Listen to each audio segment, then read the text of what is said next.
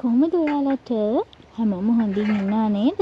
අද බර අඩු කරගන්න මම කන කෑම එකට අමතරව රෙසිපි එකකුත් අරගෙන ආවා. හරි රස රෙසිපි එකක්. අද වොයිස් කරනකොට බබත් ළඟ ඉන්නවා. එයාගේ පොඩි සද්ද ඇහි අම්මා කියනවා. ඉතින් හොඳින් හොදගත්තු ගෝවා මල් වලට මම බිත්තරයක් කඩලා ගන්නවා. ඇයි පුතේ? මේ සුදු පාටට දාන්න නම් කෝන් ෆ්ලවර් ලුණු කුඩු ටිකක් ගම්මිරිස් කුඩු ටිකක් වගේම තමයි කෝන් ෆ්ලවර් දාලා මම මේක හොඳට මික්ස් කරගන්නවා. තව ඕගලන්ට සැරෝ නම් කැලි මිරිස් වගේ දේවල් උනත් දාගන්න පුළුවන්. මේක බබත් කන නිසා මම ගම්මිරිස් විතරයි දාගත්තේ. ඊට පස්සේ තෙල් එකක් ලිපේ තියලා අපි මේක තෙල් එක රත් වෙනකොට මේ විදිහට එකින් එක දාගන්නවා. ඊට පස්සේ එක පැත්තක් බැදුනට පස්සේ මේක අනිත් පැත්ත දාලා අනිත් පැත්තත් බැද ගන්න තමයි තියෙන්නේ. මේ විදිහට උගලොත් කෝන් ෆ්ලවර් හදනවා ඇති. මේ මම හදන විදිහ. ඉතින් උගලොත් හදන තව විදි තියෙනවා නම් ඔයත් එක්ක ෂෙයා කරගන්න. මම ආසයි තවත් විදි වලට හදලා බලන්න. කමෙන්ට් සෙක්ෂන් එකේ ඔයගොල්ලන්ගේ අදහස් මට කියන්න. ගෝවා මල් හදන විදිහ ගැන.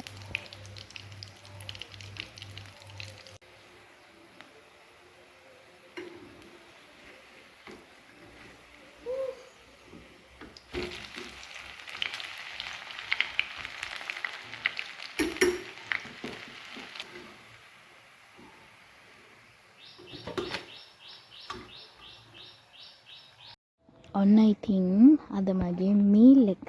මම අද දවස ගැන කියනවා නම් අද ජනවාරි මාසේ 2 වෙනිදා.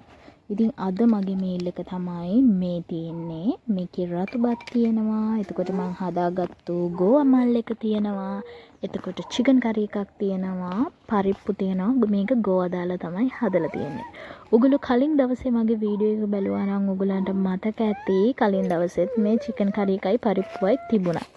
ඉතින් මං බබෙක් ඉන්න අම්මා කෙනෙක් නේ. මට බබවත් එක්ක හැමදාම හැම වෙලේම නිතරම උයන්න නම් හරිම අමාරුයි. මම බත් එක උනත් මගේ කරීස් උනත් මම ටිකක් වැඩිපුර හදාගෙන ෆ්‍රිජ් එකේ දාලා දවස් 2ක් හෝ 3ක් කනවා. ඉතින් ඒ විදිහට තමයි මම මීල් ගන්නේ. බොහෝ දුරට අර එකම කෑම එක කන්න අමාරු නිසා එක කරි එකක් හරි මොකක් හරි බෙදුමක් හරි එතකොට බිත්තරයක් මාළු වගේ දෙයක් මම වෙනම හදා ගන්නවා ඒ දවසට අදාළව. ඉතින් අද ඒ විදිහට මම හදාගත්ත දේ තමයි මේ ගෝවා මල් එක. ඒකට මම බිත්තරයක් එහෙම දාලානේ හදාගත්තේ. ඔයගොල්ලෝ වීඩියෝ එකේ මුලින් දැක්කනේ. ඉතින් අද දවසේ මම මේ මීල් එක විතරයි ගත්තේ. උදේ මං බර බලනකොට මගේ බර තිබුණා 72 ග්‍රෑම් 600ක් විතර.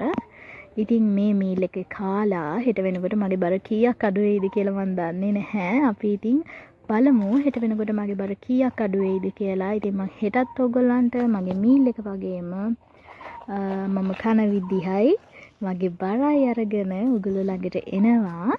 ඉතින් එහෙනම් අදට මම ගිහින් එන්නම්. ආයෙමත් ලස්සන වීඩියෝ එකකින් හම්බෙමු. ඔයගොල්ලෝ හැමෝටම බයි.